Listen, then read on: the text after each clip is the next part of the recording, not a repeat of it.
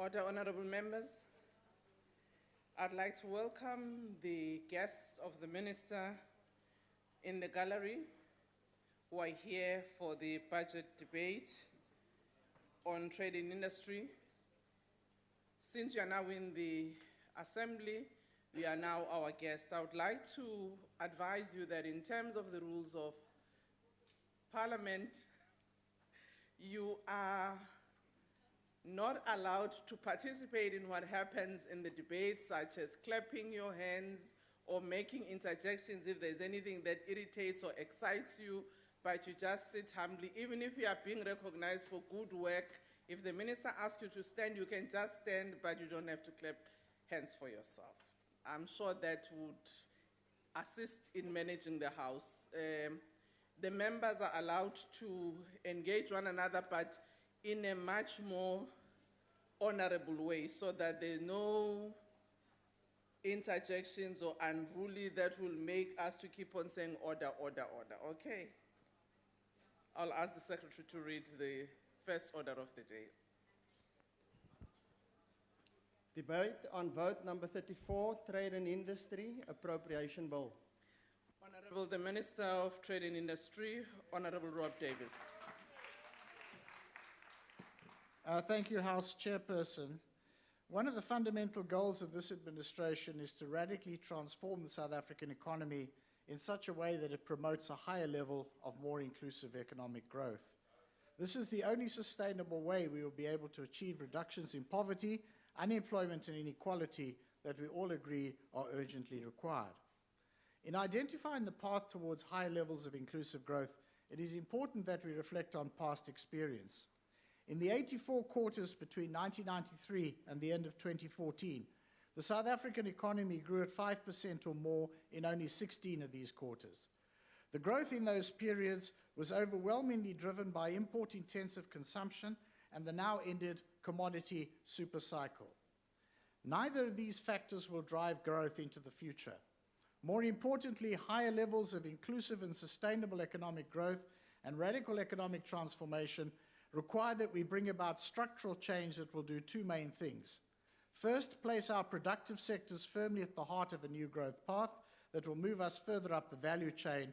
And secondly, significantly broaden the base of economic participation in the real productive economy. These two components together are what we understand as radical economic transformation.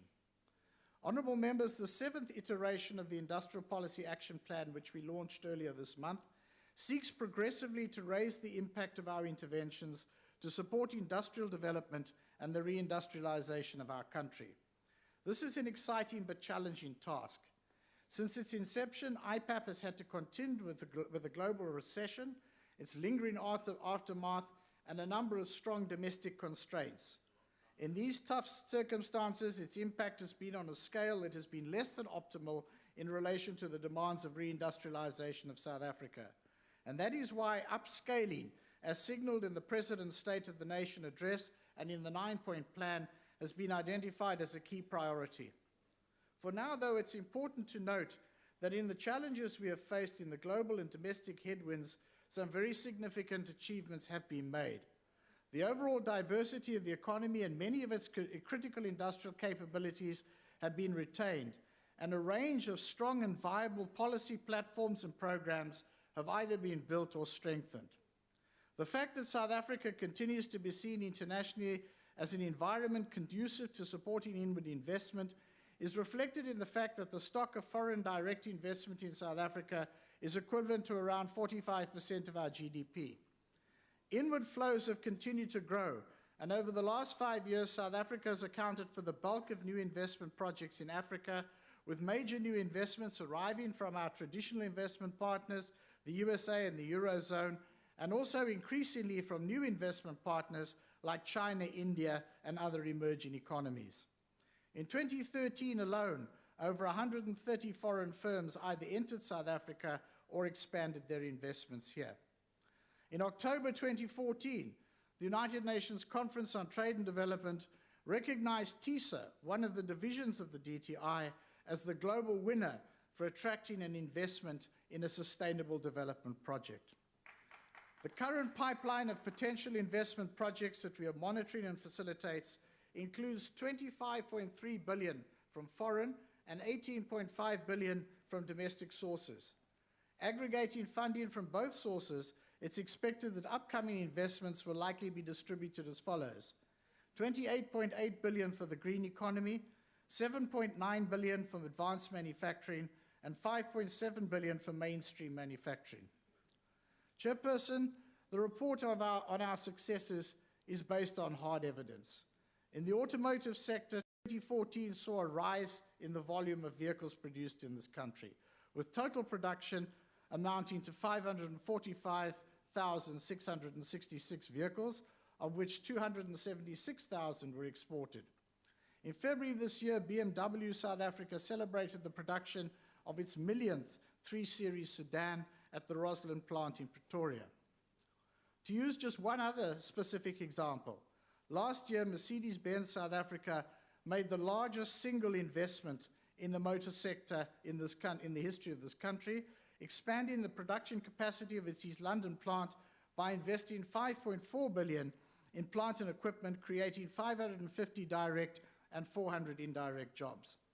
In support of this expansion, component manufacturers in East London invested approximately 1.3 billion in plant equipment and building infrastructure to support the production of the new C-Class vehicle, in the process of creating 800 new jobs. Let me emphasize again, these investments would not have happened without focused government support, its commitment to partner with the private sector, and the increasing impact of our industrial policy. To reinforce this point, allow me to dwell for a moment on a particular illustrative study, that of the clothing, textile, leather, and footwear sector, one of our most vulnerable subsectors. As honourable members will recall, at the start of the last administration, we launched a new program, the Clothing and Textile Competitiveness Program, aimed at supporting investment and competitiveness raising in the clothing, textile, leather, and footwear sector. That program was recently reviewed by the Industrial Development Corporation, and let me give you a sense of some of the most important numbers from that review. As of March 2015, a total of 3.7 billion had been approved under the program, of which 2.6 billion had been dispersed. The share of employment in the sector by companies drawing on the Clothing and Textile Competitiveness Program had increased from 29% of the workforce to over 38% of the workforce in 2014. The manufacturing value addition increase attributable to the program was 3.9 billion. I can also confirm that that is in contrast to the overall performance of non-clothing and textile competitiveness program drawing firms in the sector, who experienced declines in output and value added over the period.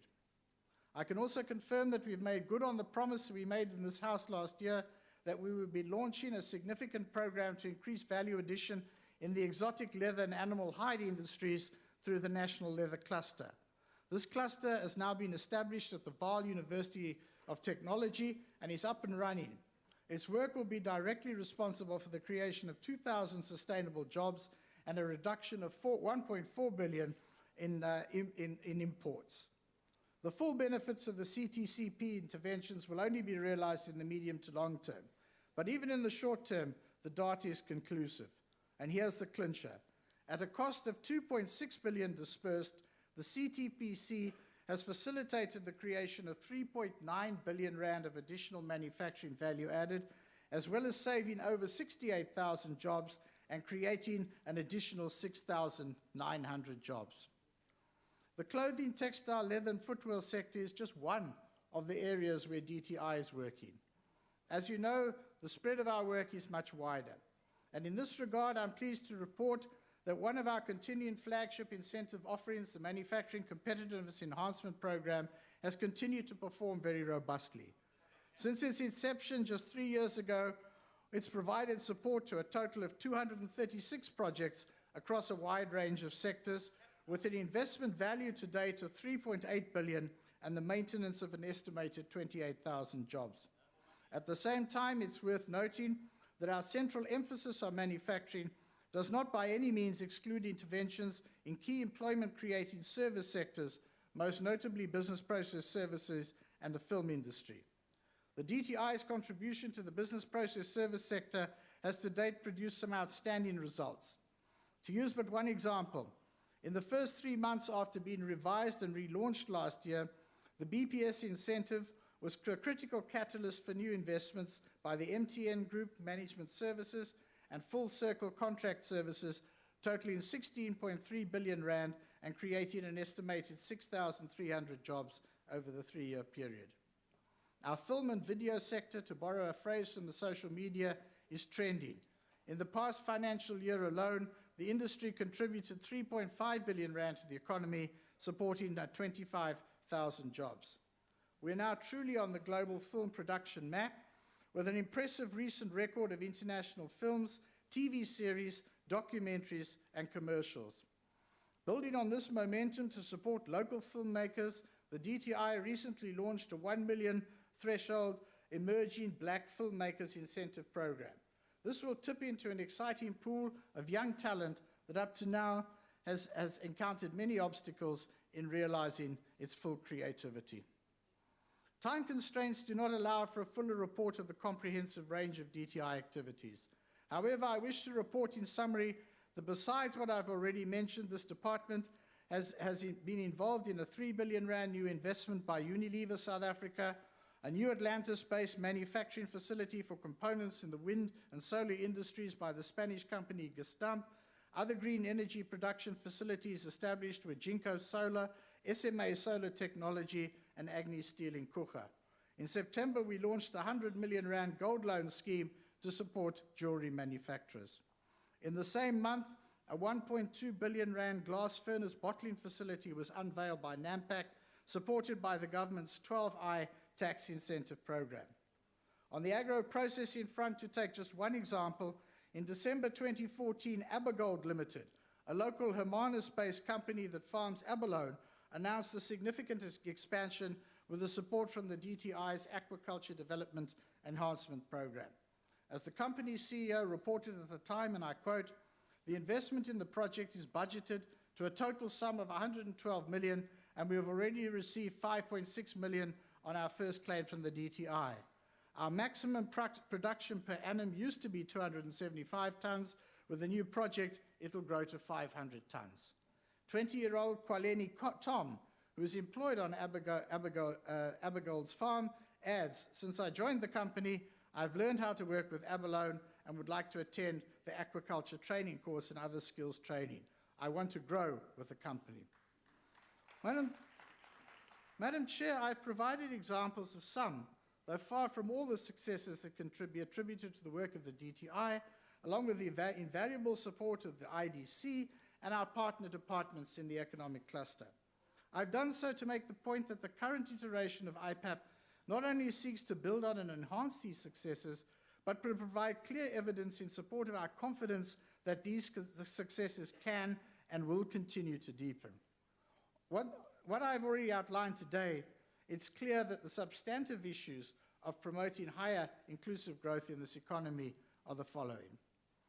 First, we need a higher impact, scaled-up industrial policy across a range of sectors, including stronger incentive packages and tighter conditions for recipients of our funding, with a particular focus on support for key champions or winning firms in sectors where South Africa enjoys a competitive advantage or where we can create one.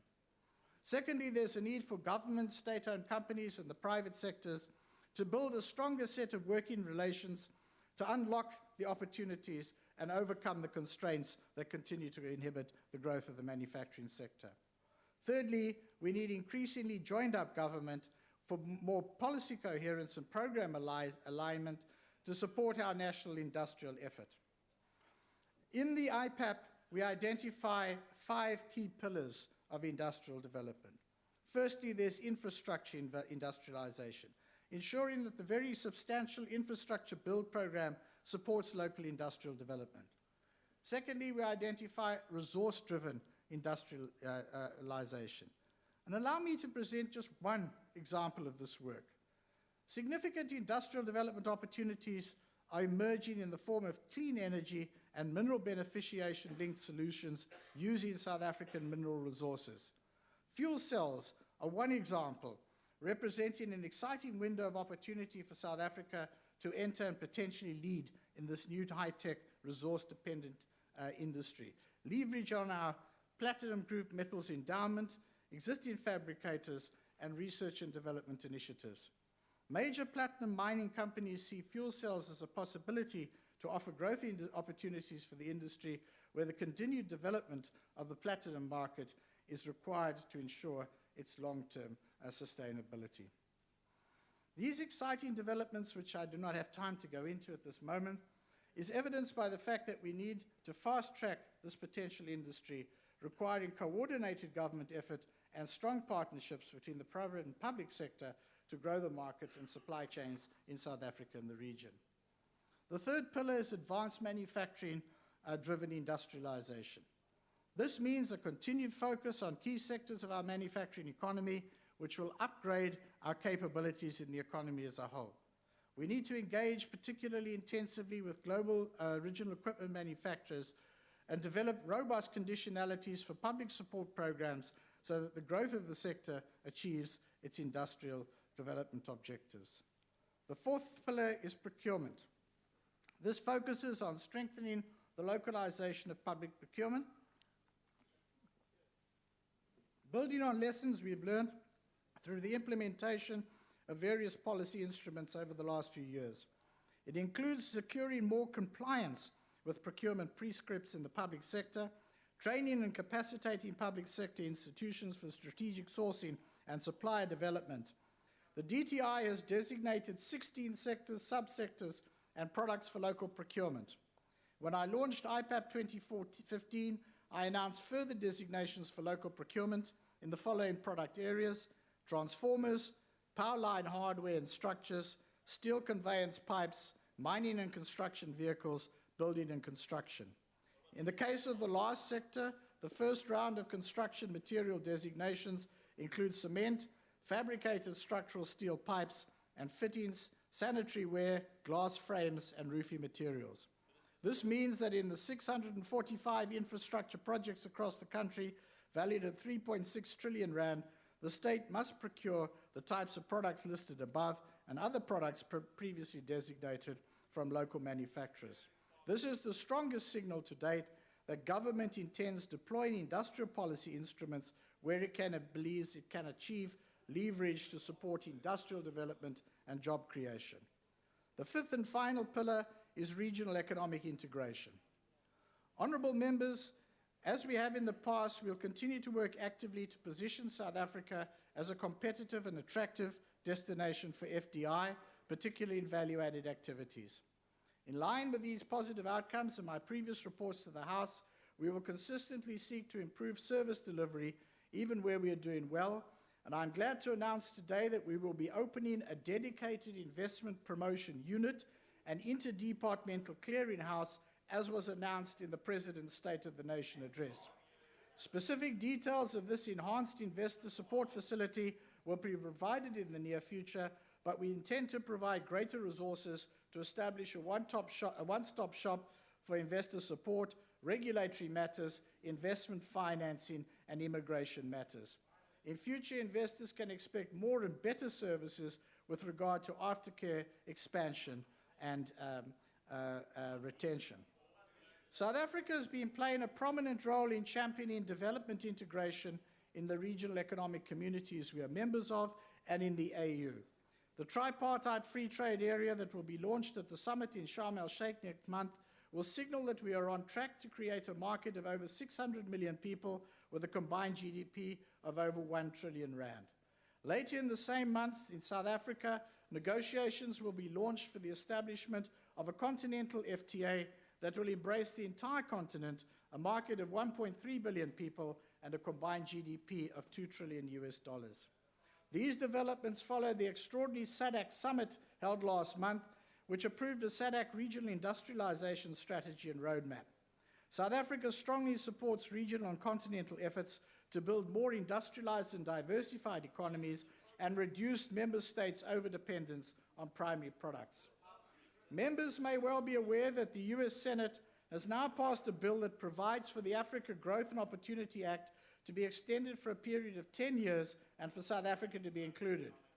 New provisions in the bill, however, strengthen the conditionalities that will apply and clearly seek to chart a course to transform the relationship between the US and Africa from non-reciprocal concessions to reciprocal agreements. In addition, the bill provides for regular reviews of African countries' trade and investment policies with an emphasis on the openness to US products, and in the case of South Africa, such a review is scheduled to be held within 30 days of the enactment of the bill. Notably absent, although indicated at an earlier stage as a possibility, is any improvement in the level of access of AGOA-eligible products to the United States market. AGOA commitments remain important to sectors like autos, chemicals, some agriculture and agro-processing, and government is working hard to remain a beneficiary of AGOA, mindful of the 30-day out-of-cycle review to which we will be subjected.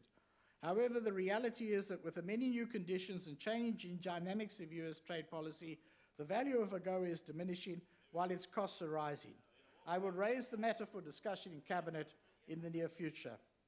Honourable members, the limited time I have today precludes any substantive reporting on our very important legislative programme.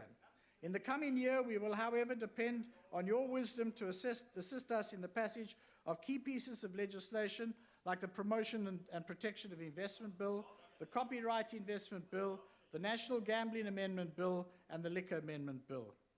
All the work I have been discussing is underpinned by the efforts of related development finance and regulatory bodies such as the Industrial Development Corporation, the National Empowerment Fund, the Council for Scientific and Industrial Research, and the DTI's technical infrastructure institutions, as well as the cooperation of state-owned companies.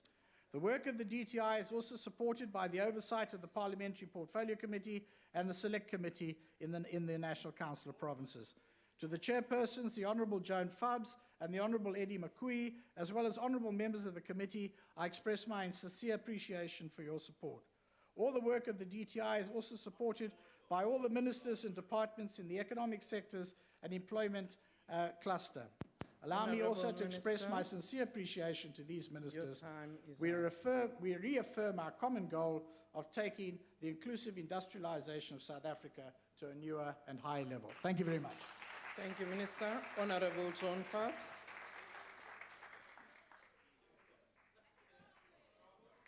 Honourable House Chair, honourable colleagues, cadres and all South Africans, let us welcome the 9.6 billion budget that underpins the core mandate of DTI, driving industrialization and playing a complementary role in regional industrialization.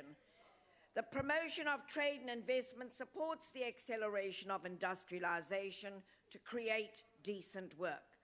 Indeed, Honourable House Chair, South Africa is determined to expand its trading footprint beyond its traditional partners, which include the European Union and the United States, to include countries in the South, BRICS, and fresh partners. This is critical in our volatile global environment.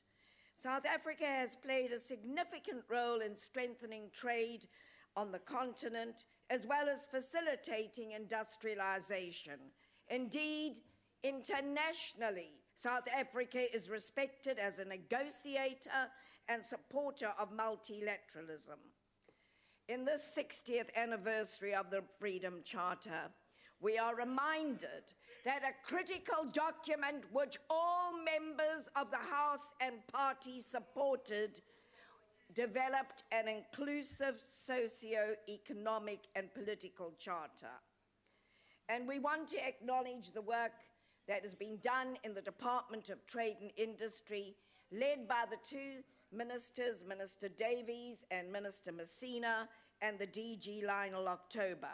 They too are strengthening and deepening the commitment to broad-based black economic empowerment. And we are happy to say that for the first time, funding has been ring-fenced for the advancement of black industrialists, which I have no doubt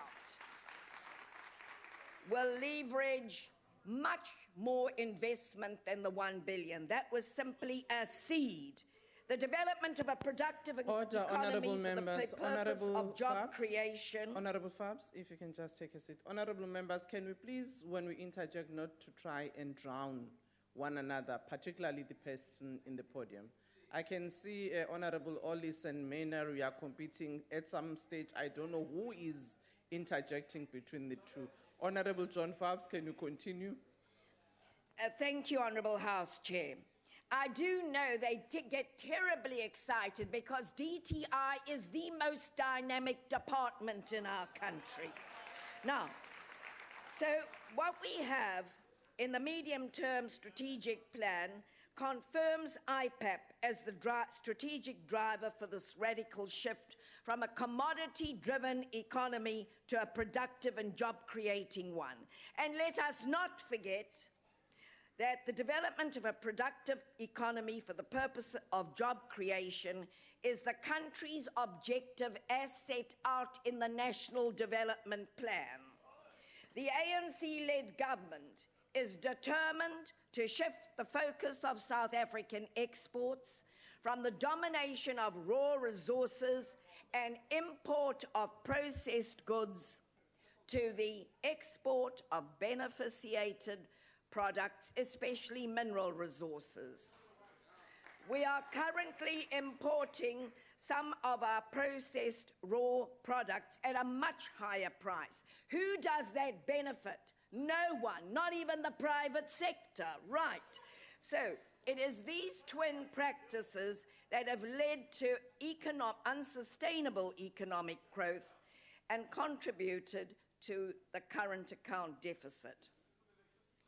We believe that neither a consumption-driven economy nor the current trading patterns will achieve future growth of 5%, which is why there has been a really strong approach by the leadership in DTI to obtain further trading partners to sell our goods more wildly. They are busy tramping the globe in this direction.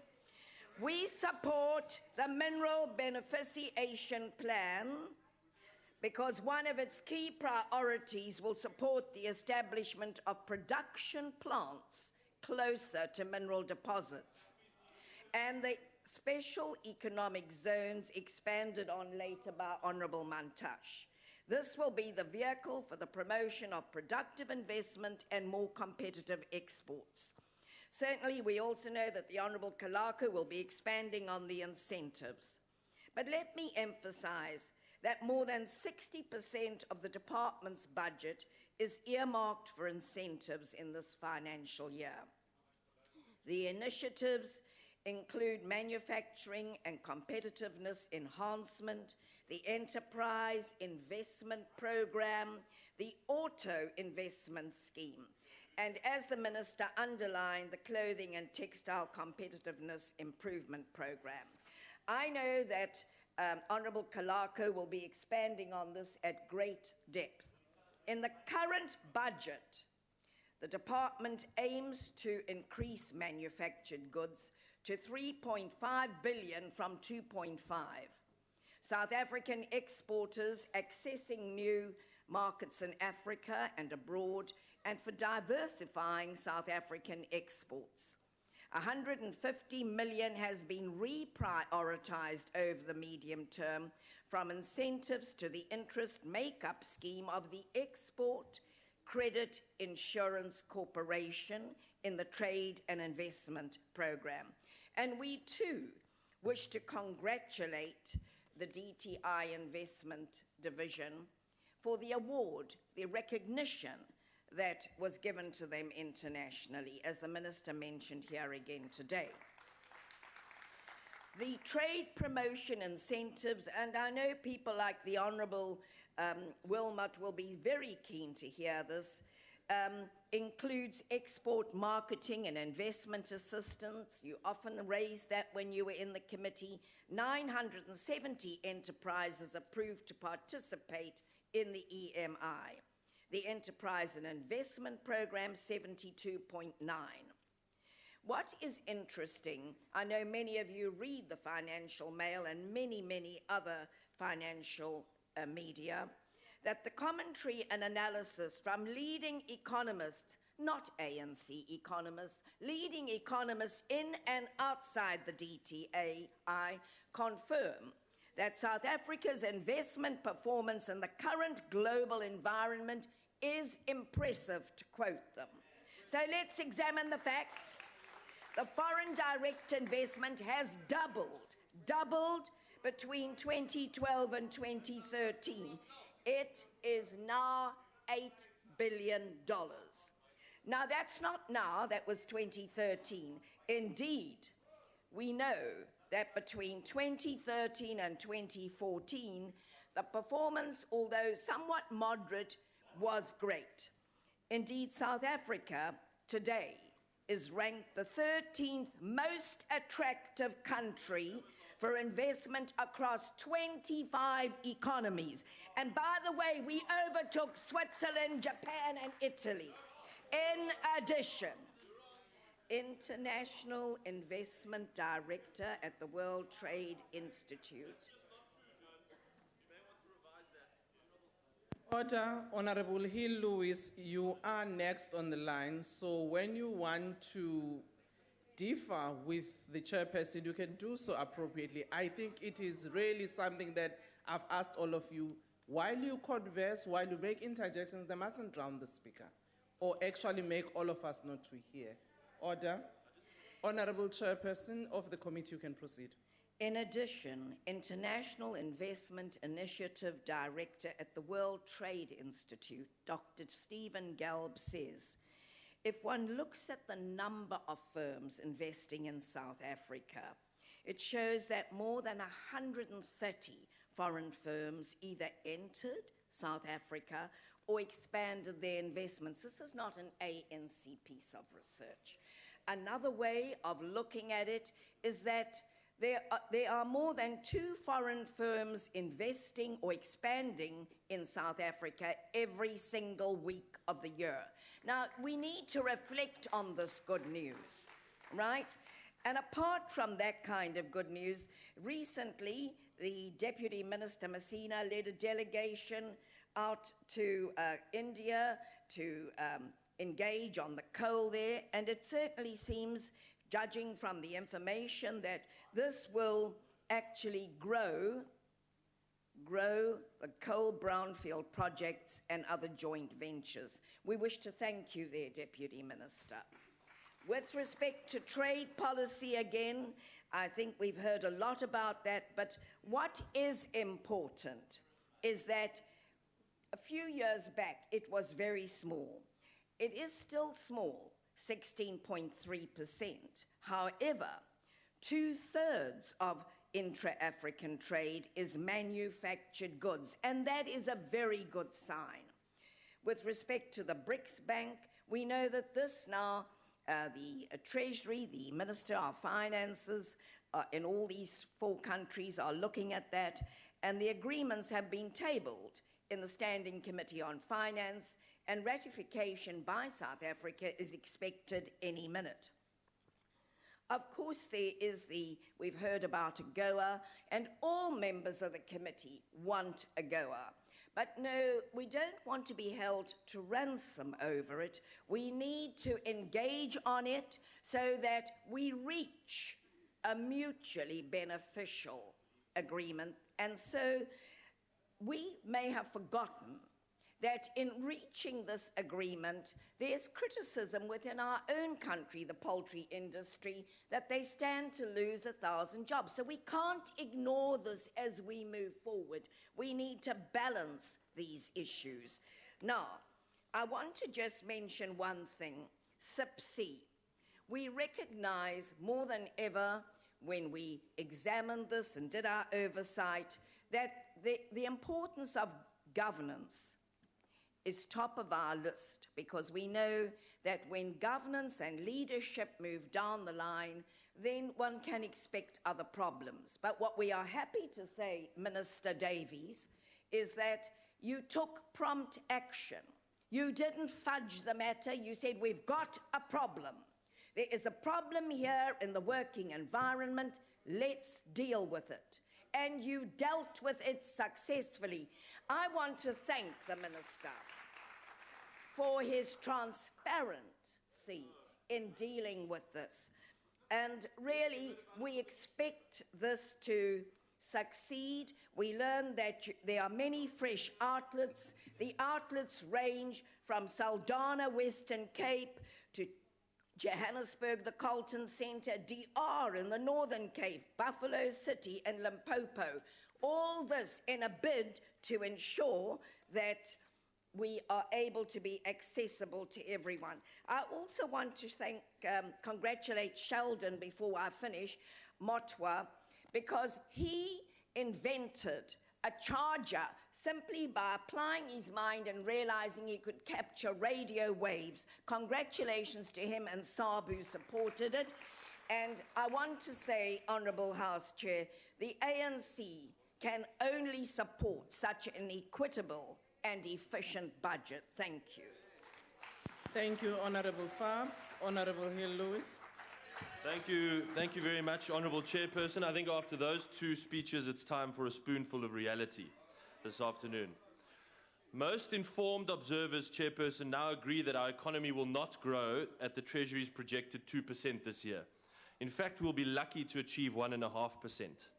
Considering the population growth rate, it's clear our economy is barely growing at all. Indeed, I think many in this House will share the general feeling that most South Africans now share, that our country is stagnant, drifting sometimes forwards, sometimes backwards, but without any clear course. This is in a period of historically low interest rates, which must at some point rise in response to the American economy, and many say that that point is now imminent. This foretells of a very bleak winter ahead for South Africa. Some business people, in fact, are saying that this period feels very much like the very dark economic days of the mid-1980s, when the apartheid siege economy was finally failing. And I also think that many South Africans can now see, despite the many voluble claims to the contrary from the government, that the trouble we are now in is largely of our own making. This government has failed singularly to provide those basic prerequisites for economic growth that fall explicitly within their constitutional responsibility to provide, namely a secure and competitive supply of energy, a predictable policy environment, a stable and productive labor environment, and vital economic infrastructure that is competitively priced. It would have been more honourable if the Honourable Minister and his colleagues had admitted this failure and come to this House with a fresh urgency and a renewed vigour to deal with it. In a time of crisis, every South African needs to know that their government is behind them, is singularly focused with laser intensity on only those things that are needed to solve the current crisis and help them keep their jobs and keep their businesses open. But urgency, vigour, focus, and intensity are words that I don't think any South African would use to describe this government's approach to the economy. For a very long time now, members on this side of the House and South Africans outside of this House have been trying to rouse this government from its foggy sleep. The policy confusion in BEE over the last 3 weeks demonstrates the extent of the rot. Businesses had 18 months to prepare themselves for the implementation of the new codes, and all indications were that they were diligently aiming to meet that deadline. Then, on the 2nd of May, the day after the codes came into effect, the Minister issued a notice which threw into complete disarray the preparations that businesses had been making. Then, after an entirely justified uproar from business and labour alike, a few days later, a series of clarifications were issued, which helped a bit, but not much. And finally, on the 14th of May, last week Friday, after 3 weeks of complete pandemonium, a further clarification was issued to cancel the whole thing and revert to the status quo. Minister, if one needed an example of how policy uncertainty and contradiction inhibits the investment climate in this country, this is it. Just as you gave business 18 months, So you had much longer to figure out what you really meant by the new codes, but waited until after the implementation date to cause a great deal of unnecessary damage to the relationship between business, organized labor, and government. I wonder what will happen to those responsible for such a serious and avoidable blunder, including you. Allow me to also caution the Minister.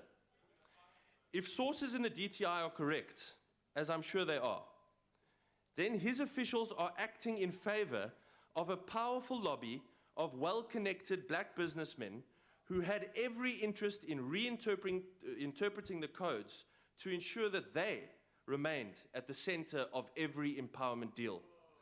What other explanation can there possibly be for so blatantly removing broad-based schemes from the codes and setting up the re-empowerment of a tiny, wealthy, well-connected ANC elite? The department's handling of AGOA is another example of its incredible dithering. South Africa's position is now desperate. And given this government's policies on intellectual property, on investment protection, and property rights, our exclusion from AGOA after the so-called out-of-cycle review is ever more likely. In fact, I know that the DTI is already preparing for that eventuality, because I hear that it has sent questionnaires to businesses around the country asking for their feedback on projected job losses in the event of AGOA exclusion.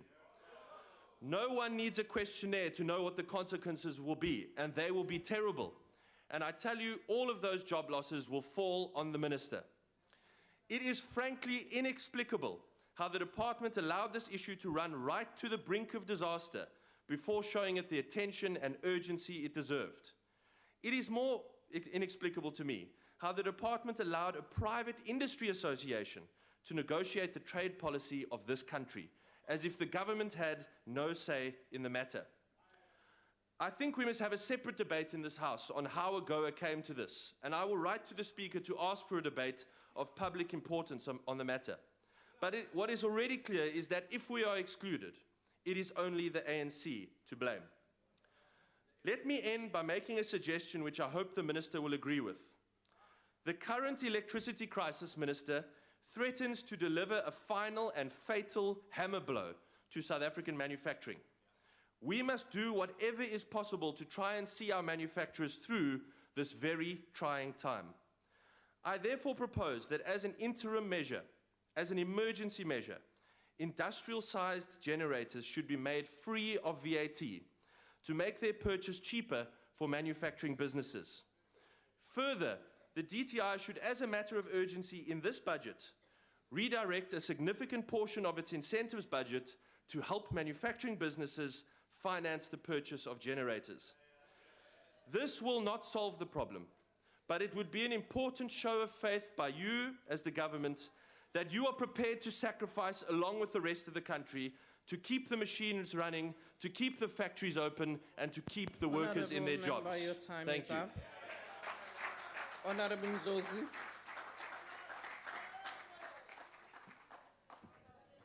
Thank you, Honorable Speaker. Honorable Chairperson, EFF's contribution is well known in the work of this portfolio committee through its Deputy President, the Honorable Shivambu, who today is the African Parliament participating in discussions on illicit financial flows that they affect the continent. As the EFF, we must state from the beginning that we do not support this budget, essentially because we do not think this government takes the revolutionary duty of developing productive forces very seriously. But also we think that, but also doing so in the interest of the working class as a whole. We also think this government suffers from cognitive dissonance, the pathological condition of going about doing the wrong thing, even when there is repeated evidence that is presented to you that what you are doing is wrong. There is ample evidence that unless you take control of the strategic industries of the economy, you are unable to lead industrialization. This evidence is part of what your government has experienced in the past 21 years. For instance, the work of Alice Amsden, who is a well-known expert on what she calls the rise of the rest, which includes post-colonial countries, how they industrialize demonstrates that no country, particularly those who were deliberately underdeveloped, managed to industrialize through the anarchy of the market or depending only on the private sector. State leadership, control, and ownership were necessary for all post-colonial industrialization. But what are you doing? You have no plan to take control of strategic industries. Instead, government continues to amputate the Department of Trade and Industry by chopping and shifting functions to other ill-conceived departments. For instance, the Department of Small Business. I mean, what's next? The Department of Township Business? How can your department consider itself to be leading industrialization when IDC, for instance, is sitting in a wrong and an unnecessary department? This is the demonstration that there is no proper alignment and coordination of industrial policy, but also that you are not students of history. What you must tell us about the much publicized Black Industrialist Program is, what are these industries specifically? What products are they producing? Where is manufacturing located? How many people do they employ?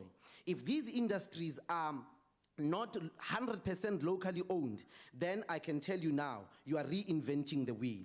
On the other hand, the idea that you will produce black industrialists is actually a pie in the sky, because how can you produce industrialists in an economy you do not own or control? Maybe you're talking about tenderpreneurs. If so, you'll be very successful. How do you build transformed industries that require precious metals when you have no access to your own minerals? How do you build transformed agro-processing industries when our people cannot access farms or land to farm? You have no political power. You have a lot of political power, but you do not use it. Nowhere in your procurement do you say that 75% of state procurement will be locally secured, as you committed yourself in the elections manifesto, because you have no commitment to increase it to 75%. This is the truth, because this is the truth that you must accept. Part of the reality of your mismanagement and misconceptions is that you don't want to accept that wine monopoly capital has no commitment to the industrialization of this country. Besides subjecting black workers to suffering, even physically killing them, they corroborate in tax avoidance and tax mispricing and transfer mispricing that drains the fiscus of trillions of rands. Why is there no commission of inquiry about this? An Operation Fiela that stops white monopoly capital corporate crimes and the crimes that have been committed for centuries. Your policies have not envisaged a different path for the past 21 years. They are recycling old and will meet the same failures as an economy that only benefits white monopoly capital and continues to subject majority of black people to suffrage. Thank you. Honorable Setim Simang.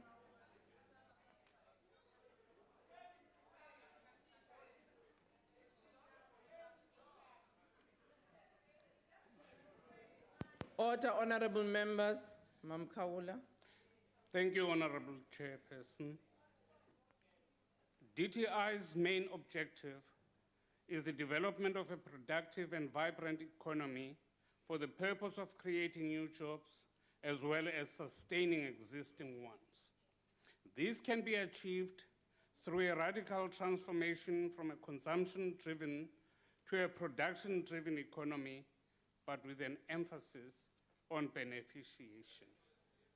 Key to all of the above, though, is through the provision of reliable and sustained supply of energy.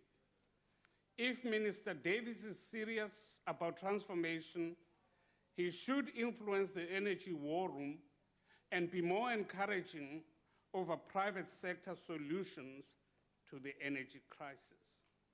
Radical transformation should not only be confined to urban areas, but also in our rural areas where about 40% of the South African population still reside. It is often disappointing to observe that many economic programs are intended for towns and cities, even though the DTI has selected agriculture and agri-processing as one of the key drivers of the production economy. The rural areas, which provide the ideal space for agriculture, have been sidelined. Even in the DTI budget, nothing is earmarked for the rural areas. The argument might be that Minister Nkwindi's Department of Rural Development and Land Affairs is dedicated to developing the rural areas. I would still take issue with this. The department seems focused on land affairs and establishment of agri-villages. It has done pretty little, if anything, about building infrastructure. Rural farmers cannot even access local markets, let alone export markets. The National Credit Regulator is doing sterling work in communicating to consumers the perils of over-indebtedness and its consequences, as well as ably protecting them against exploitation from unscrupulous market creditors, but is still not represented in our rural areas. Why is this? Our rural areas are where abuse and exploitation are rife, owing to the fact that rural people are generally poor and semi-literate. The IFP welcomes the decision of the DTI to set aside 100 billion rand and ring-fence it for same for the production assistance of 100 black industrialists. One can only hope that the candidates will be selected on merit. I state this in view of the strong perception by non-ANC applicants who claim that beneficiaries of Umsobomvu Youth Fund and also of the NYDA are also card-carrying members of the ruling party. Greater regional and continental integration is paramount, and efforts to achieve these must be sustained and supported. In this regard, the recent initiative to bring together 3 regional blocs, SADC, COMESA, and the East African communities to establish a trading bloc is very welcome. The IFP will support this budget. I thank you. Honorable the Deputy Minister of Trade and Industry, Honorable Masina. Thank you very much, Chairperson of the session, members of the National Assembly, Minister Davis, other ministers that are here within the economic cluster, Director General of the department and other senior officials of DTI, leadership of government, business, black industrialists, guests at the gallery. On the occasion of delivering the budget last year in July, I had mentioned that our central task in the coming year would be to give life to the injunction made by President Zuma that we need to foster the radical socio-economic transformation agenda for the benefit of the majority of our people. From the vantage point of the industry and trade policy, this requires a provision of support from the new entrepreneur group who will serve as the drivers of change in a manner that reconstruct the racially and gender composite of the industrial ownership. Chairperson, in April this year, we launched an integrated system through our CIPC where you now can register a company at the cost of 125 Rand, get a free BE certificate, as well as your tax document, as long as all is in order. We will continue with the phase 2 of this project, where we'll be looking at the qualifying small enterprises, which are enterprises between with a turnover of 10 million to 50 million, so that we can also make sure that we do this work through our self-service terminal that we are going to deploy throughout the country. This we have done working together with the Department of Home Affairs and SARS, using a biometric system so that we are able to do this particular work, which has been a barrier for many of our people. Through this initiative, we are certain now that we are going to stop and root out the fraud and corruption that has been taking place within the verification agency sector. During our budget speech last year, we also announced the reform in the film sector, and the minister has elaborated on this quite extensively. What we have been able to do, we've been able to bring as many people as possible into participating within this particular sector. I'm proud to announce that 2015-2016, we have budgeted about 290 million for this particular sector. Since the review of the sector, we have been able to support about 105 companies to participate in about 19 international markets as a result of our work. And the additional investment that has been attracted to South Africa is just over R1 billion of investment. Last year, we undertook to reform the practices of constituting the delegations to international trips. We have decided to open the space to new players into the investment and trade delegations. I can confirm that to date, more than 200 new companies have been exposed and participated in the foreign markets. And the stories that comes out of that has been exciting.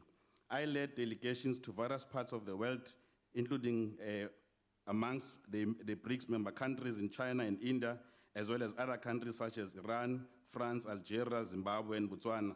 Many companies who have been going with us are excited about the new opportunity, and the prospect that is coming with that has been positive. These trade and investment engagements underscore our 412 million allocation to the unit called TISA within the Department of Trade and Industry. Honorable House Chairperson, we revealed last year that the DTI will embark on the systematic and deliberate effort to increase the presence of black industrialists in our economy. We said this effort would be consolidated under the umbrella of Black Industrialist Development Program. In this regard, we said the concept of black industrialists referred to people directly involved in the origination, creation of a minimum of about 51% ownership, management, and operation of industrial enterprises that derive value from production of goods and services at a large scale, acting to unlock the productive potential of our country's manufacturing assets for massive employment locally.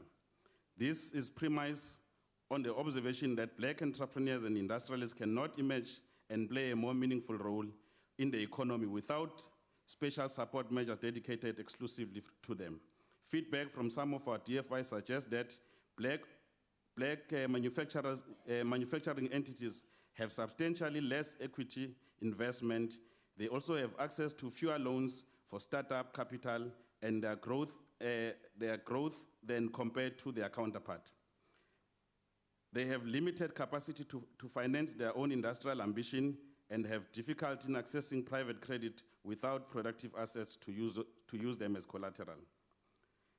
They are likely to pay a higher interest rate on the loans against their peers. This adds to the likelihood of them being denied loan by funding institutions.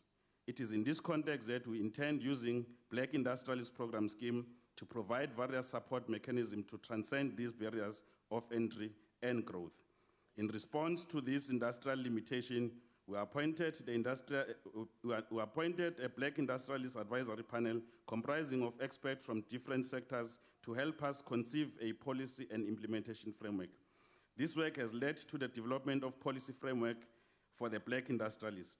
Amongst other things, this draft policy proposes a combination of financial and non-financial support mechanism intended to boost industrial asset share of Black industrialists. These broadly include working capital support in the form of concessional loan, investment grant that may cover up to 80% capped annually on the capital equipment for entities with at least 51 to 100% Black ownership, joint venture support with investment packages and grant where Black industrialists have equity and management control in the strategic sectors, export support through our export insurance, concessional funding, and market support.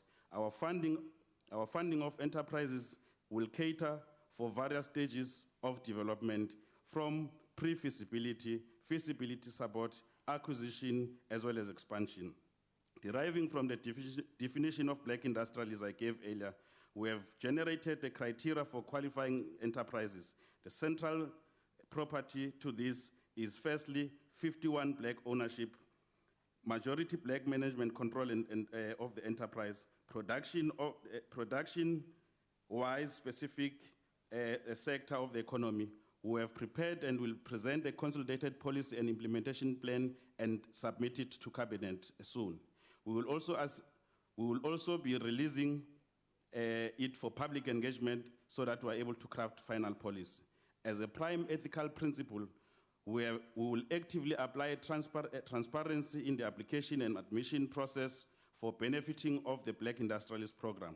Our consideration will include publication in the newspapers and our website for all the qualifying companies who might wish to apply. We have to date not less than 40 applications who have volunteered as soon as we announced the idea of Black Industrialist Program. We have not undergone any adjudication process, but will process alongside with all other applications as soon as we are ready to implement this particular program. As part of our implementation plan, we want to have processed and accredited 50 beneficiaries under this scheme by the end of 2015. This will increase to 100 at the end of the second year. This is in view of the 3-year medium-term objective to assist Black industrialists. The third year will be used to preliminarily assess the implementation and reinforce mechanisms that are required to ensure that these enterprises are able to leap into the future. As a DTI, we have set aside 1.5 billion rand investment to ensure that we can provide cheaper loans to these industrialists. Our sister company, SIFA, has set aside 100 million to support this particular program. Last week, our colleague Minister Patel, announced the 23 billion rand, which will be used for this program to support Black industrialists. Our DBSA bank has set aside 2 billion rand to further support this particular program. The large chunk of the money will come from the PIC, which is regulated differently. Various private sector institutions have also expressed willingness to partner with government on this particular program. These include the Standard Bank, First National Bank, and to a certain extent, Bidvest, that has shown interest to work with us. We invite other private sector institutions to join us in this transformative initiative. Among the funding instruments, we will assist this initiative are various existence programs within the DTI. You know that we have about 7.1 billion rand that has been set aside in this budget for the incentives within the DTI. Government has committed its public procurement as one of the instruments to be utilized in advancing this inclusive objective of transformation. This is implemented through the set-asides for targeted procurement for SMMEs and Black-owned companies. Currently, government has a threshold of set-aside of 30%. The objective is to institutionalize up to 75% procurement, Mr. Ndlozi, for emerging businesses. In this regard, we've also signed an MOU with SAA on the 18th of May to set aside 10 billion rand of procurement, of public procurement for industrialists within the airline. We have been engaging ESCOM, Transnet, PRASA, and DINEL in pursuit of the similar arrangement. We are satisfied with the progress so far, and the rest of the SOE will be engaged in similar terms. A living example of this potential partnership with the other SOE is the PRASA Gibela Consortium, with a project worth about 51 billion rand. This project provides us an opportunity to create industrial supplier parks to support this huge investment activity in the area of Niger, in Egoruleni. We are engaging the Department of Water and Sanitation, the minister when I was presenting earlier, for a possible opportunity of alternative sources of sanitation to create new industries. We intend rolling out through Black Industrialist Program the manufacturing of pipes in Richards Bay in KwaZulu-Natal and Kagiso in Gauteng. International investors are also being engaged to partner with us, working together with the Department of Water and Sanitation to pursue the range of opportunities. A stable and growth path requires a capable labor force sufficient to drive the skills competition for the economy. This reality is informed by our close cooperation with the Department of Higher Education through the Deputy Minister Manana, where we're working together to ensure the training of 15,000 artisans throughout South Africa, starting here in the Western Cape in Saldanha Bay. We have invested 20 million in the pilot in Saldanha, and the equal amount has been invested in the Skills Academy in the Northern Cape that deals with the energy sector. Similar, the social composition of our skills base broadly and the leadership of the institution of the economy. Our program of taking the DTI to the people has taken us to all the provinces in South Africa, and this will continue even this year. The objective of this program is to engage our people in their spaces both and study their condition and also avail government information on existing initiatives.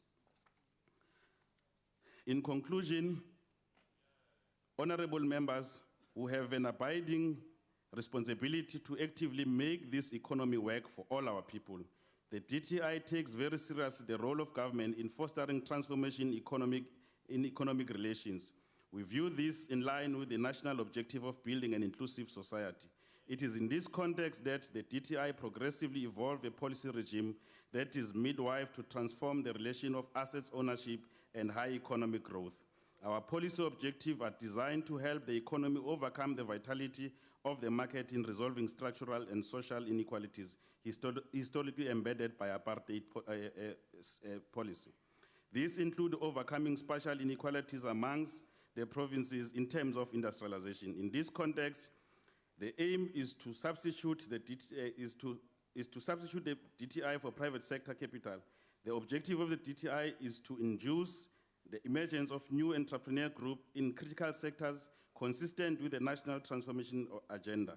I also want to take this opportunity and congratulate many businessmen and women who have been working with us in DTI to make sure that we get our economy to where it is. Thank you very much for me. Thank you, Deputy Minister. Honorable Alberts. Thank you, Chairperson, Minister, Chairperson Fabs. Dit is my plig om te sê dat ons uiters bekommerd is oor die land se toekoms. Maatskaplike binding is op 'n historiese laagtepunt en die ekonomie onderpresteer geweldig. Daarom sal die minister aan die volgende aspekte moet aandag gee ten einde die ekonomie aan die gang te kry. The first point relates to the splitting of this department's functions into new departments. Small business development cannot be separated from the trading industry at large and requires a plan that acknowledges the economic interaction between small and big business. Competition oversight does not fit into a separate domain under the rubric of economic development. To be true, economic development in itself sits with trade and industry as a whole. Therefore, having separate economic development and small business departments adds to the confusion of policy implementation. Secondly, the ANC's economic policy incoherence adds to the confusion, as the minister so indicated. The ANC likes to refer to different policy documents as it pleases them, like the National Development Plan or the New Growth Path, even referring to the Freedom Charter as if it has any legal status, which it does not. Wat AGOA betref, en soos die minister weet, is die FSA-kongres nie net bekommerd oor die hoender-invoerkwessie nie, maar ook oor die beoogde beperking op buitelandse eienaarskap en sekuriteitsmaatskappye en grond. Daarbij word informeel verneem dat die nuwe verskerpte swart ekonomiese bemagtigingswetgewing en kodes ook negatiewe sentiment skep. Minister, ek vermoed dat Suid-Afrika uiteindelik uit die AGOA-verdrag geskop gaan word, indien die regering nie beleggersvriendelike beleid skep nie. 'n verdere kommer is die minister en departement se gedrag waar absurde wetsontwerpe, regulasies, riglyne of praktyksnotas uitgereik word wat so uitpas met die werklikheid is dat die minister na 'n stortvloed van besware dit noodgedwonge weer moet terugtrek. Hier is die besigheidslisensieringswetsontwerp en die onlangse riglyne rondom SEB-eienaarskap goeie voorbeelde. Dit skep net meer verwarring in die besigheidssektor en kalwe vertroue tussen die regering en die besigheid weg. Minister, jy moet verstaan dat besigheid, veral klein besigheid, 'n entrepreneursvernuf verg waar iemand sy geld en sy toekoms en dus sy familie se brood en botter op risiko plaas. Hoe meer mense 'n aptyt vir risiko ontwikkel en 'n kans met 'n nuwe besigheid begin of waag, hoe meer suksesverhale sal daar statisties wees. Hoe minder dit doen, hoe minder nuwe werksgeleenthede sal uiteindelik geskep word. Pogings tot sentralisering en die gevolglike oorregulering vernietig enige risiko vir aptyt vir risiko. Dit moet gestop word. Lastly, the ANC needs to review its BBBE philosophy. The ANC is quoted to have stated in their 1994 policy document that if well handled, affirmative action will help bind the nation together and produce benefits for everyone. If badly managed, we will simply redistribute resentment, damage the economy, and destroy social peace. That's the words of the ANC. It is unfortunate that we have now reached the reality of the latter position. Resentment has been well distributed among minorities, and the economy is faltering. Social peace is fraying. It is sometimes said that BBBE is modeled after the Afrikaners' own economic empowerment path. The truth is, however, that the Afrikaners started creating their own institutions and empowerment in the 1920s, long before they were in control of any government. By 1948, Afrikaners were already against all odds, empowered by virtue of self-help and without government intervention. It is also important to note that there were no instantaneous millionaires or industrialists among them. It took 30 to 40 years before they emerged via the proven road of experience. Today, people are empowered without experience, creating unsustainable businesses On that note, that are Honourable Member, your destined to time is fail. up. We need more economic freedom, Minister, and eventually leads to emancipation for all. Economic freedom will lead to that. Thank you. Honourable Member Montage.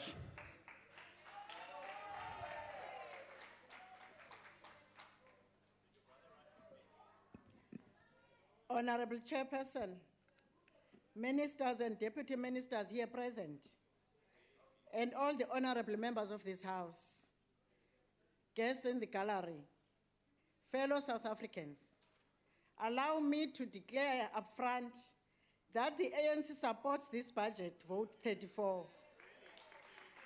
I want to thank Minister Davis and Deputy Minister Masina for their sterling leadership in the Department of Trade and Industry, and also the equitable, efficient, and effective budget before this House. This budget underlines the key role of trade and industry, which is driving industrialization and promoting trade and investment. The Freedom Charter, which all South Africans support, emphasized that the people shall share in the country's wealth. The ANC in Mangaung National Conference further emphasized this when it called upon us all to radically transform our economy so that all the people of South Africa can benefit from their contribution over decades and even centuries. One of the tactics to realize this goal is the acceleration of industrialization.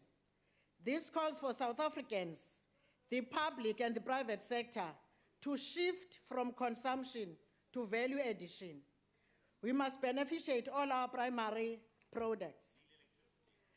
Fellow South Africans, the African National Congress supports this budget vote, because they realized that the major share goes towards the incentive, development, and administration program.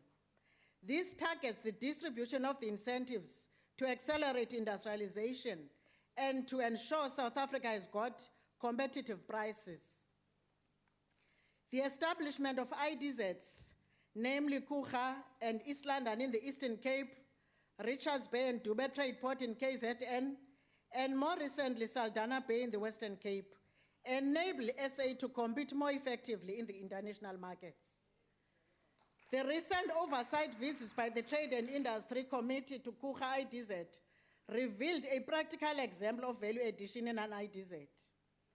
The establishment of the Kucha Dairy changed the lives of farmers in Port Elizabeth and surrounding areas. The establishment of Kucha Dairy changed the lives of farmers in Port Elizabeth and surrounding areas who previously could not add value to their milk they produce. The IDZ has made change by collecting the milk into one point and cheese is produced, creating jobs for a sizable number of citizens. We also visited Agni Steel, which has a state-of-the-art steel manufacturing smelter facility using scrap metal. We want to make a call to business in that part of the country to establish their businesses in the IDZ to access the incentives. The 600 million investment by a Chinese truck company has established an assembly plant called First Automotive Works, FAO, which was launched on Thursday, the 19th of July, 2014. Already, it is benefiting the Nelson Mandela Bay and the Greater Eastern Cape region as it generates foreign direct investment, which is creating sustainable, decent jobs to provide opportunities for skills development and training. On inquiry, we learned that certain components of these drugs are manufactured in South Africa. Moreover, phase one of this operation is expected to produce up to 5,000 trucks and 400 jobs, with the second phase expected to manufacture about 30,000 passenger vehicles and create downstream thousands of jobs. Siyaqhuba, asilelang. These projects contribute towards the realization of the commitments of the manifesto of the ANC since 2009 up to 2014 and the National Development Plan, our guiding document. The ANC ayithembisi nje koko iyenza ngoba ukulawula yakuceba kudala ngo-1912 ayiqalanga ngo-2007. This initiative is part of the ANC's government's intervention to make manufacturing an important pillar of the economy and to assist to further shore up foreign investor confidence in our country. Recent visits by both ministers indicate that our country remains attractive. Yes, we are moving South Africa forward. For the 2015-16 financial year, there's 10 planned SEZs allocated a 1.7 billion, an increase from 600 million in the 2014-15 budget, targeted to develop new IDZs and improving the existing ones. Siyaqhuba, asidlali. Under the ANC-led government, life is better than it was under the apartheid regime. Lo hulumende wakha uxhasa amashishini, right, center, and left. In September 2014, Minister Davis launched the newly developed 1 million rand threshold South African Emerging Black Filmmakers Initiative program, whose objective is to support black filmmakers with an intention to nurture and grow them, to take up big productions, and thus contribute towards employment creation. Masikhumbule ukuba phansi korhulumente wocalucalulo, abantsundu babengenalungelo lokuxhamla kolu shishino. Yafika i-ANC yabakhulula abantu. Eli lingelo lokudala imisebenzi. Recently, Deputy Minister Mzwandile Masina returned from an overseas exploratory visit and arrived home with great news. Our young filmmakers are winning top awards, but furthermore, countries are clamoring to produce films in South Africa because not only do we have the climate, the scenery, but also skilled people. The Department of Trade and Industry leads through EPAP and facilitates access to sustainable economic activity. In conclusion, Madam Chairperson, this budget recognizes that the structural economic challenges faced by the country calls for measures to decisively address joblessness, economic growth, and create an employment-generating economy, which is characterized by inclusivity and poverty elimination. We are radically transforming the economy through these interventions, such as the special economic zones. Through the SEZs, the manufacturing industry will grow, and so will the rest of the economy. Jobs will be created because SEZs will be situated in different areas of the country. Honorable Member. This is in line with the ANC mandate of inclusive growth, where our people participate in the economy through employment as well. The ANC supports the budget. Honorable Member Swart. Thank you, Chairperson. Chairperson, a key element for economic growth is to increase value-added exports. And while new markets are continually open for South African markets, the ACDP believes that it is important not to neglect traditional markets, particularly those that grant preferential trade terms. Now, exports to the USA, as we know, is about 8% of the total, and this is not insignificant. And therefore, it is key to ensure that AGOA is extended in September this year. Of 40 countries having benefited, South Africa tops the list. And through AGOA, South Africa has created an estimated 62,000 jobs, half of those in the automobile industry, aided in part by the DTI's Automotive Investment Scheme. What is further significant is the quality of those motor vehicle exports. American market research firm J.D. Power has awarded Mercedes-Benz East London the plant 5 consecutive awards for the top assembly plants in both Europe and Africa.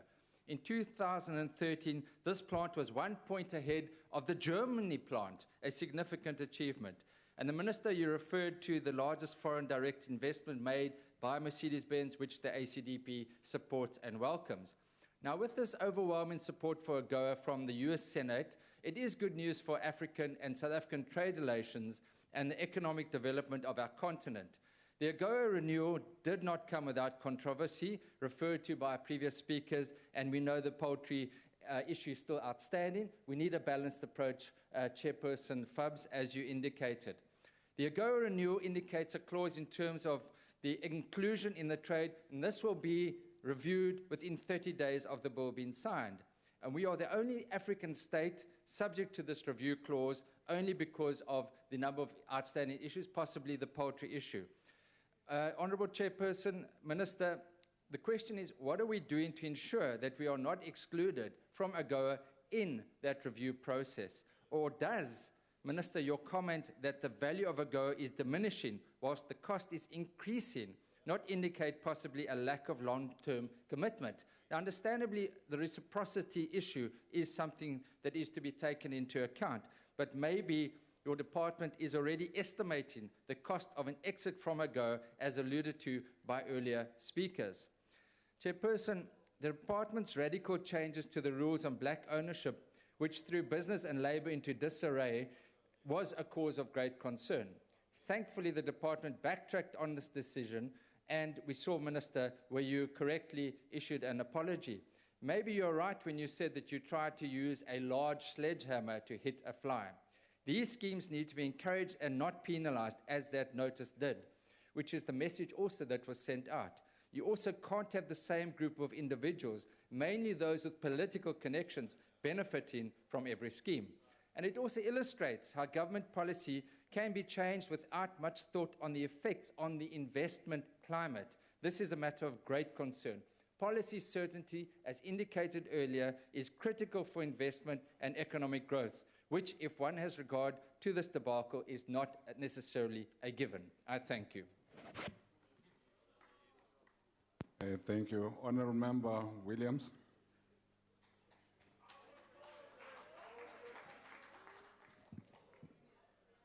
Honourable Chairperson, Honourable Ministers, Honourable Deputy Ministers, Honourable Members, guests, friends and family in the gallery, and most importantly, the South African people, because without you, South Africa, this House would be irrelevant and it would mean nothing.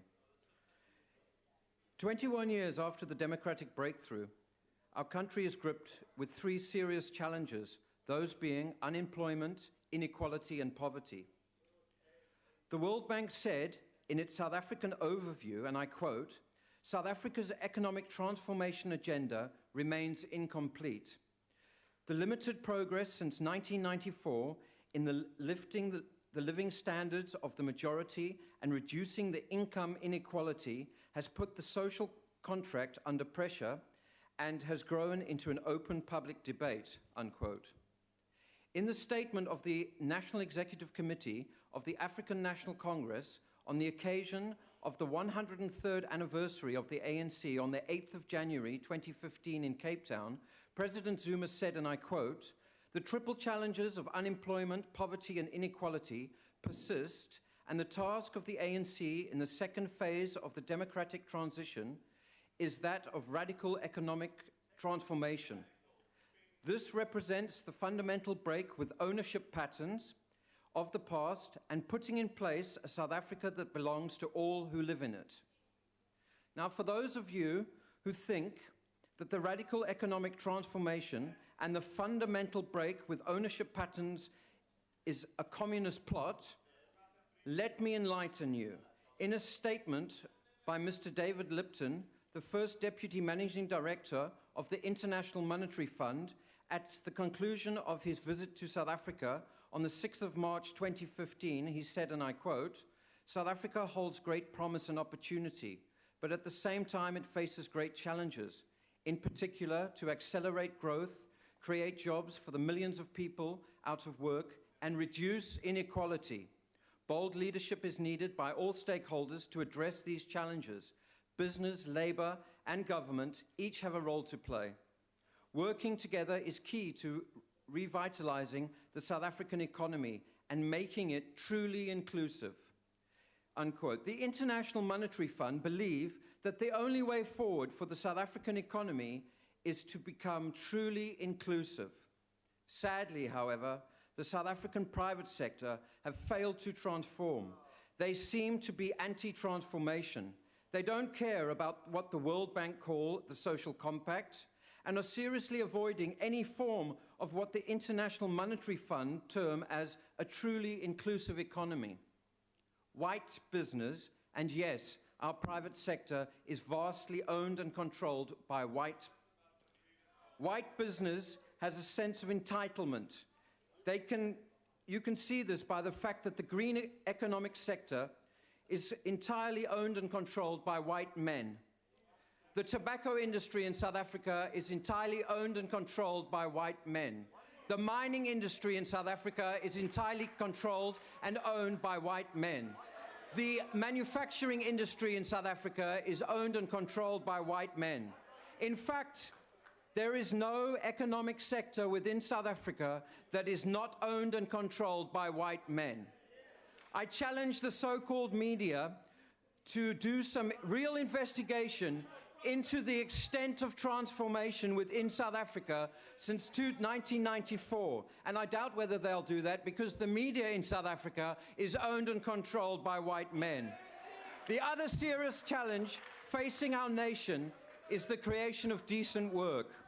Now, some of you in this House blame President Zuma for our high rate of unemployment. Honourable Williams, members, we have no problem with you interjecting. No.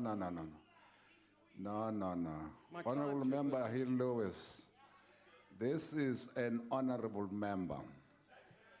Any language that says rubbish, I don't think that we'll be proud of that. We can't be proud of that. I think you also know that. But the point that I was just rising on, colleagues, even when we are interjecting, can we make sure that we don't drown the speaker, please?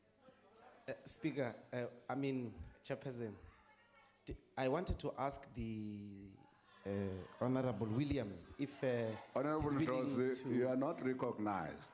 Oh. Thank you. You are now recognized. Mark Jackson. I wanted to ask the Honourable presenter if he's willing, Honourable Williams, if he's willing to take a question, respectfully. Honourable members, you are not Honourable Williams. Honourable Williams, are you prepared to take a question? No, Chairperson, I'm not prepared to take a question. Thank you. You can continue. Thank you, Chairperson. Some people in this House believe that the President Jacob Zuma is responsible for the high level of unemployment in South Africa, when the reality is, in fact, that white business that owns and controls our entire economy has failed to produce any jobs recently in this country. The government is the biggest producer of jobs in South Africa, and the DTI's incentives have produced thousands and thousands of jobs. It is time for the private sector to join government and create decent jobs. Chairperson, the World Bank says that there is a need for economic transformation. The International Monetary Fund says there is a need for economic transformation.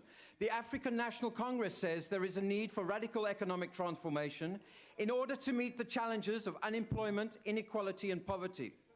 So in line with these calls by the World Bank, the International Monetary Fund, and the African National Congress, I would like to caution South African private sector that the African National Congress fought and beat the apartheid regime, liberating our people from oppression, that the African National Congress has the capacity to fight and beat and force the South African private sector to radically transform ownership relations and control of our economy through legislative reforms, that the African National Congress is a liberation movement that is rooted in the collective good.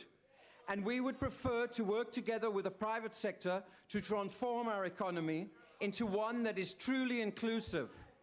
Chairperson, let our children's children be grateful for what we will achieve together and not fearful for what we may achieve alone, because it is only through working together that we can do more. Your time is up, I thank you. member. We now call upon Honourable Member McPherson.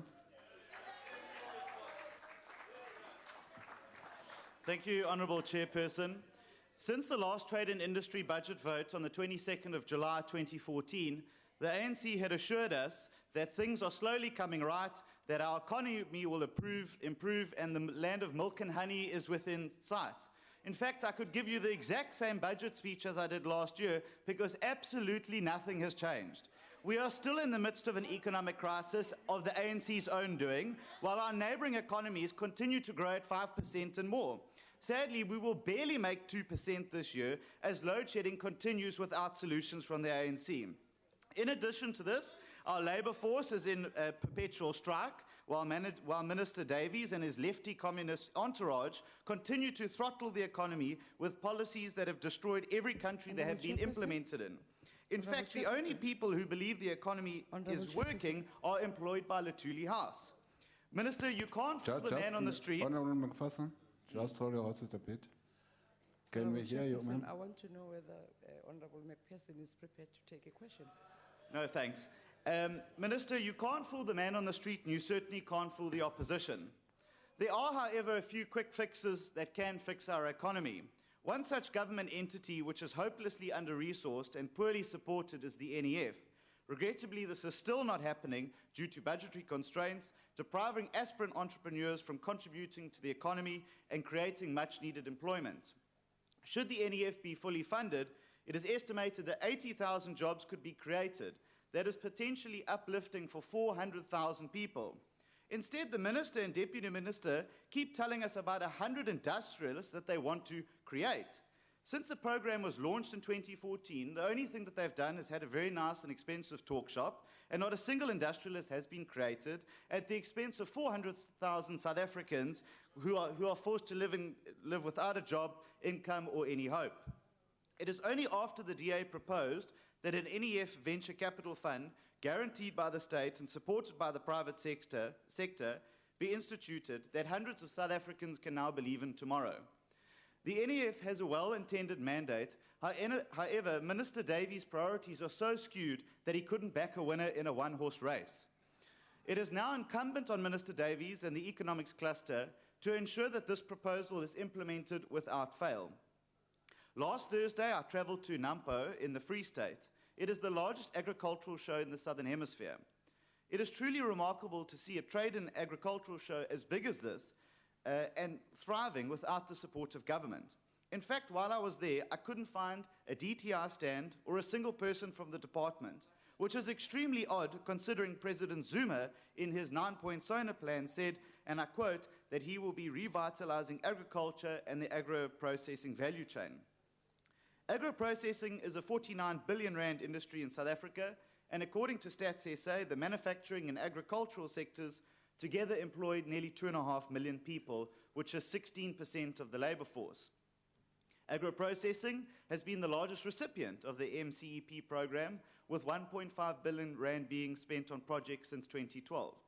So then why on earth has the minister lost his voice in relation to Minister Nkwinti's pronouncements on land capping, which bizarrely have now gone from 12,000 hectares to 5,000 hectares for commercial farms?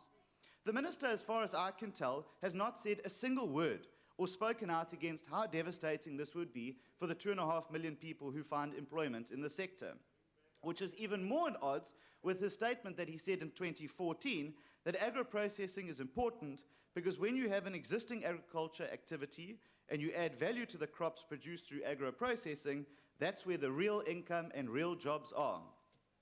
This example goes to the core of what we are seeing in DTI under Minister Davies. He can't talk about the economy because it's failing. He can't talk about jobs because they're being destroyed. And he can't talk about Minister Nkwinti because the ANC have told him not to do so. He has no real credible plans, and that is why he doesn't want to talk about the important issues. All we see today is a budget that funds the same old, tried and tested programs. But, Minister, the problem is they've been tried, tested, and the result is clear. They're sending our economy into a downward spiral. Now, Minister and the Honourable Fubs spoke at length about how wonderful we are doing on FDI. And they said how we are sitting at 13th in world rankings. And they're right, but that's for 2014. Honourable Fubs, have you read the 2015 report? Because we haven't even made the top 25 this year. Maybe you should read it. I'm happy to email it to you as well. You've spoken about Agni Steel being a success. We keep hearing about it time and again. But what you haven't told us is that for the last 3 years, the owners have failed to get visas to stay in this country and continuously have to fly out every 3 months to come back in a tourist visa. There is no cross-department coordination at all. The Honourable Messina has told us how well CIPC is doing. Currently, the Ease of Business report says that it takes 19 days to start a business in South Africa. Afghanistan, which is a war-ravaged country, takes 7 days. It's easier to start a business in a war-torn country than it is to start in a democratic country like South Africa. And Deputy Minister, you've told us at length about the black industrialist programs, but you're not telling us how you're going to help 1 million entrepreneurs. Honourable Mantashe, I'm sure your brother's proud of the speech that he sent you and read out on his behalf. But Honourable Williams, you know, Iqbal's survey, the last time I checked, he is not white. The Guptas, who own the New Age, are not white. And Honourable Williams, as a white man, I think and I suggest that you lead the way in transformation, fall on your sword and resign from this government in protest. I thank you. Your time is up. Honourable Member, what will be the point? The fact of the matter is that the member's time is up. But how do we allow him to patronize a woman like that? Sit down, Honourable Member. Can we now call upon Honourable Member Kalago?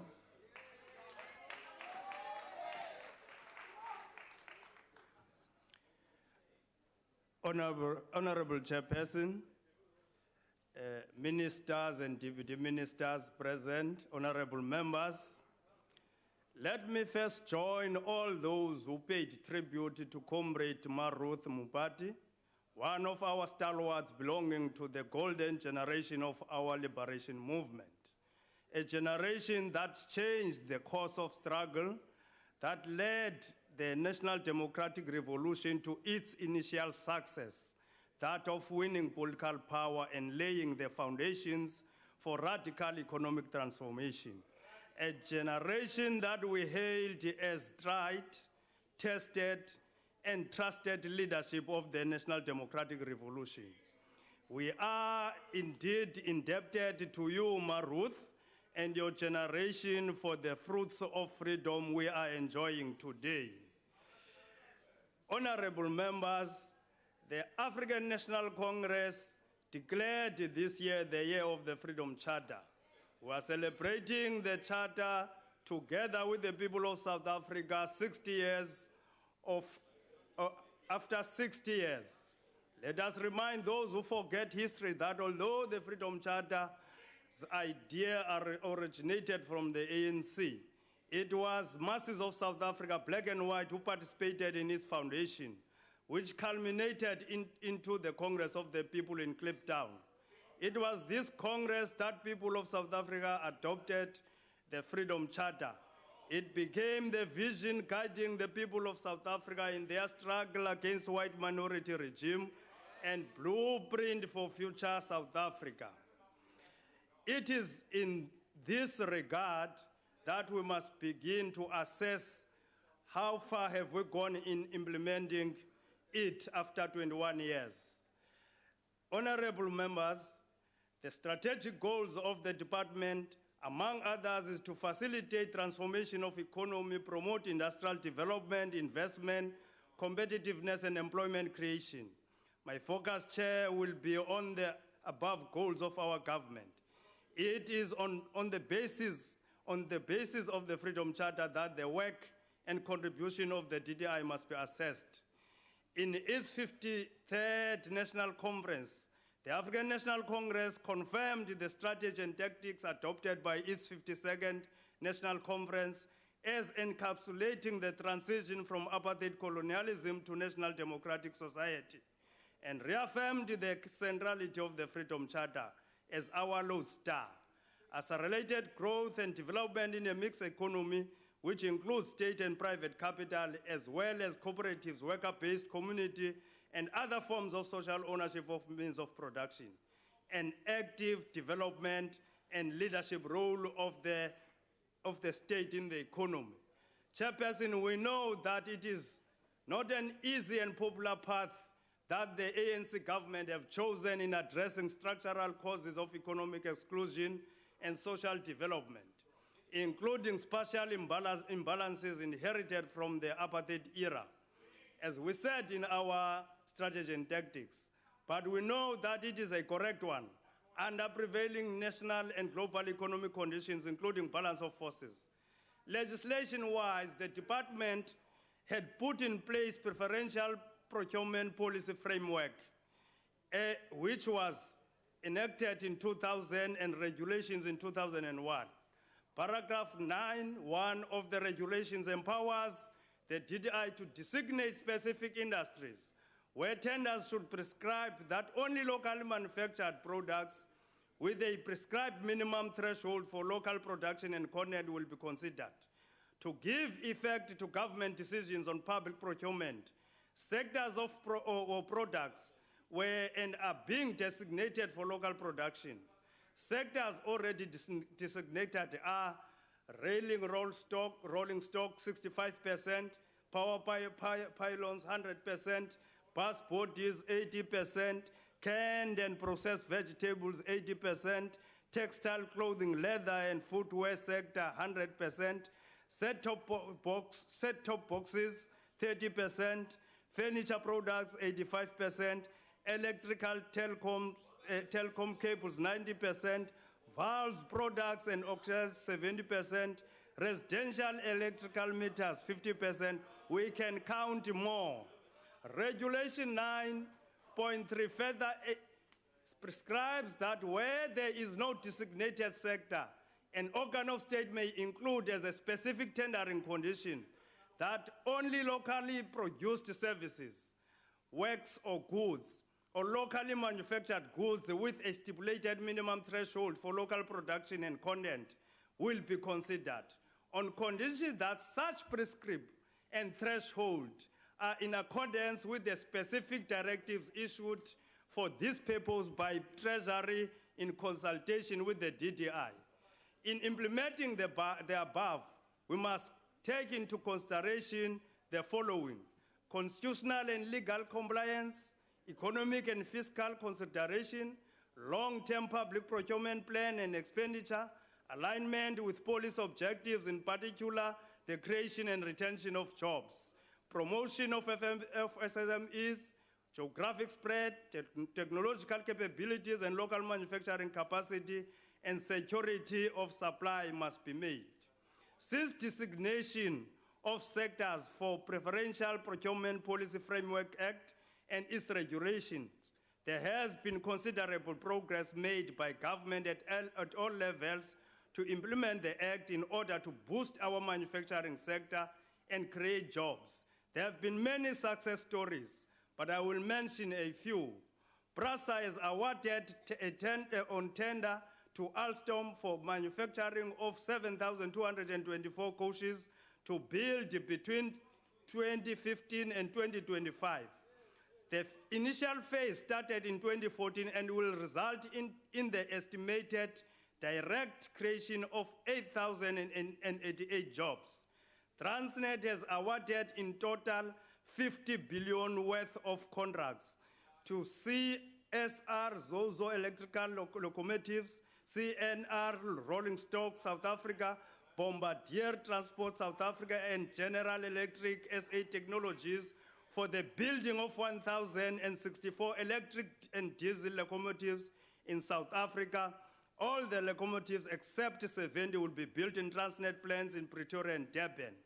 In the 14 billion HIV/AIDS drug tender, local manufacturers were awarded 61.6% of the tender value and 64% of volume. DDI is working closely with the Department of Health in identifying opportunities for further designation of pharmaceutical products. Honorable members, similar examples can be made in other areas like textile, leather, and footwear, power cables, and prepaid electricity meters, furniture products, set-top boxes for TV digital migration. We are happy to note that the department has identified challenges in the implementation of local conduct. We commit ourselves as Parliament to work closely with the Department in addressing these challenges. These are around the following areas: lack of legislative provisions to ensure compliance. DTI can only designate. It does not have legislative powers to stop or cancel non-compliant tenders.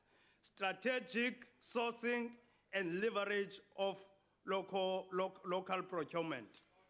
Let me just, in conclusion, Chair, we know that the DA is driven by wide fears in its approach in dealing with the problems confronting the country. They are anti-majoritarian, hence they always want the people of South Africa to believe that dominance of South African politics by ANC is bad for the country and democracy. In order to counter the ANC majority, just focus on racial groups that feel... Chairperson, point of order. Hello. Over here, Chairperson, at the back, right here, on your left, Chair. On your left, Chair. Oh, okay. On your left. Oh, Bob. Bob. Chairperson, would the honourable member be willing to receive a copy of the DA Values Charter? No. So he finds out what does drive the DA. Honourable member. So he finds out what our motivation is as the DA and not what he says it is. It's right here, honourable member. Where ma? Continue, honourable member. In order to counter the ANC majority, just focus on racial groups that feel threatened by majority dominance of Africans. But over time, try to penetrate African voters without whose support no party can win elections. This must not be at the expense of the core constituency, the minorities. That's the DA. Chairperson. This shows hold it there, honourable Kalago. Can we hear from Yes. Would the honourable member be prepared to take a question? No. Honourable members, they are not asking you, they are asking Honourable Kalago. Kalago, are you prepared to take a question? No, Chair. Okay. This shows clearly that DA is not concerned with strengthening democracy, but to find ways to contain or fight the majority government.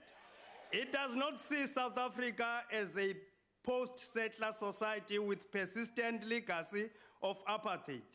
That must be addressed, but a country threatened by one party, ANC dominance and its black majority. That must be challenged. All this exposes and reveals DA as a political party to defend white privilege and monopoly capital. Chair, they should learn to the sector they think they are representing, the private sector, which private sector have actually adopted and accepted plans in the NDP of the ANC. And it accepts the programs of government. And it is prepared to invest and support programs of government in developing our industry. It is, if you listen to a sister, just to quote the address of Johan van Zyl when he was addressing in Sentin, that the NDP is the blueprint to move the country forward. The good thing is that we have a solid blueprint in the NDP to steer the boat on course. That is what the private sector is saying. In conclusion, Chair, we must warn others, as the African National Congress have been warning Dlozi, that revolutionary Democrats shall not find social relations of the new order ripe and ready for harvesting at the point of power. A national democratic society is a conscious construct, dependent on conscious action by political advanced sections of society. This is what colleagues on the left you must learn. Thank you very much. We now call upon the Minister, Honourable Minister, to close the debate. Thank you very much, Chairperson. Just hold it, Minister. Would the Minister be prepared to take a very simple question? No. Thank you, Chairperson. Chairperson, I think at the expense of repeating myself, I don't think that any of us argued that the existing performance of the South African economy was optimum or that everything was going right in this economy. In fact, what I argued was that the growth path that we had been on, which had delivered moderate growth in only a few quarters, driven by consumption, highly import intensive, and mineral commodity super cycle dependent, had run its course, and that we needed to embark on a course of structural change which required moving up the value chain. I then set out some of the successes that we had achieved with our industrial policy and said that this showed that we had policy platforms on which to build, and I then outlined how we intended to build on those. I've heard nothing coming from the opposition to suggest an alternative to that, only a few platitudes and a few rather ignorant remarks. The Honourable Hill Lewis, for example, says that the BEE issue shows the rot in the DTI.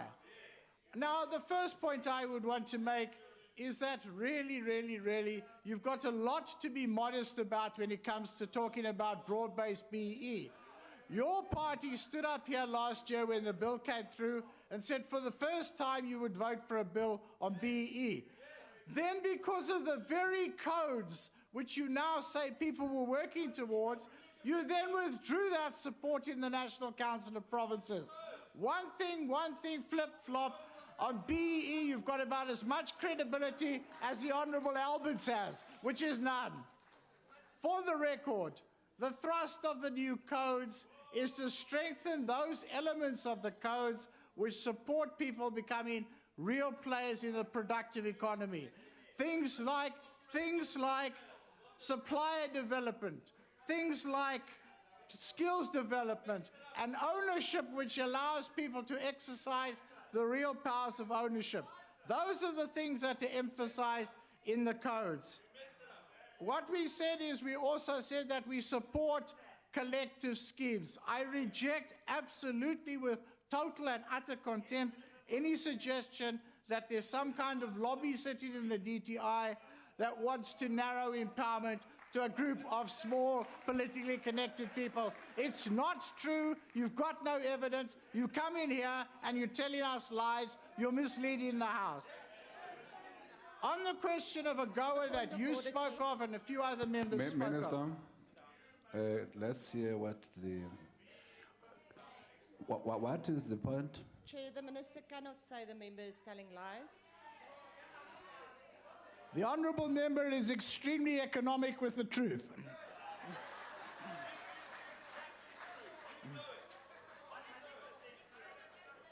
Then a number of members spoke about AGOA. I don't know whether honourable members think that when there are demands for market access in whatever product it may be, we must just concede whatever's demanded of us rather than negotiate it. I don't know whether honourable members are saying that when we negotiate, we shouldn't consult with the industry associations that are most affected. For the record, I intend to participate myself in a meeting with the United States Trade Representative on the 4th and 5th, where we're going to try to finalize the matters between the associations. I would welcome a fuller debate on this matter in this Parliament.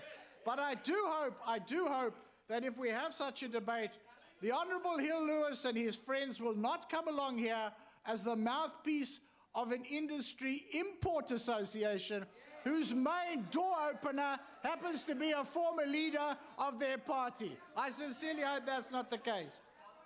The Honourable Ndlozi, understudy for the Honourable Shivambu today. I think that the Honourable Ndlozi has basically told us the same old story. Unless we have control of the commanding heights of the economy, we can't do anything. State leadership is not necessarily, in all cases of industrial policy, state ownership. And that's the mistake they make. State leadership is what we are trying to build. We are trying to build a platform of state leadership that supports industrialization and to which the private sector, among others, can respond. That's what I think we're trying to do. Honourable Chairperson, I think that the energy question is, of course, a key constraint. It's the #1 issue that was raised by the President in the 9-point plan. The 9-point plan indicates that this government is committed to trying to address the structural constraints that we have in this economy to place us on a new growth path. That's the course we're on. Frankly, I've heard nothing that convinces me that anyone's got any alternatives. All there is a lot of empty rhetoric. Let's rather go and have a cocktail party. And let me just say to the honourable members on this side that there's no champagne served. If they come along, we won't call them champagne Tories. Thank you very much. Colleagues, then, in fact, let's join the House Chair in thanking our guests, because they are still here as late as it is. Let's thank them. Let's thank our officials. But again, colleagues, let's thank ourselves. By the way, we went through 5 votes today. 5 votes. Let's give ourselves a hand of applause or a round of applause. With that, on that note, thank you very much. This extended public meeting is adjourned.